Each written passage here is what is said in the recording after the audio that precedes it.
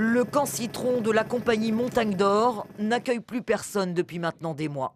Reste juste sur le site un gardien pour éviter le pillage du camp par les orpailleurs clandestins, très nombreux dans le secteur.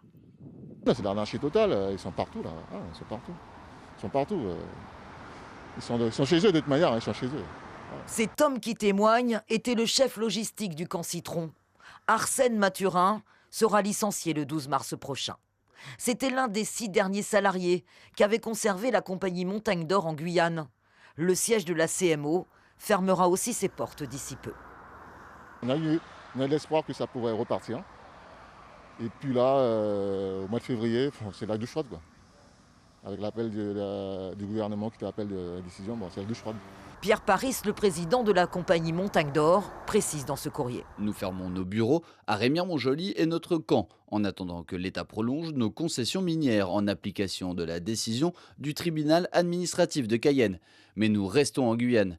Nous sommes plus que jamais déterminés à développer ce gisement et permettre la création de 800 emplois en Guyane. La compagnie Montagne d'Or plie donc bagage en attendant une éventuelle nouvelle orientation gouvernementale en sa faveur, qui semble loin d'être d'actualité. La présidente de la Fédération des opérateurs miniers ne décolère pas devant la décision de l'État dans ce dossier Montagne d'Or.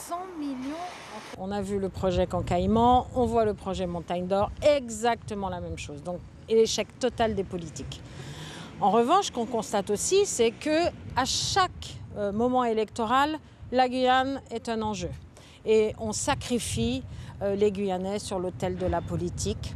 Dans les salons parisiens, on décide que finalement on ne fait pas de mine industrielle en Guyane, mais c'est la Guyane qui doit décider pour la Guyane. Ça, c'est un principe majeur. La Guyane décide pour la Guyane.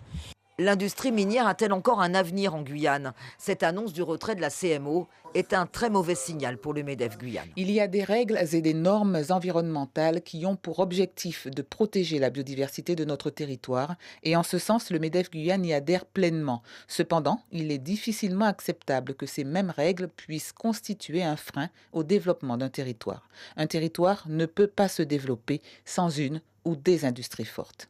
La compagnie minière Montagne d'Or se retire de la Guyane, mais déclare ne pas abandonner son projet de créer la plus grande mine d'or française à Polisnar.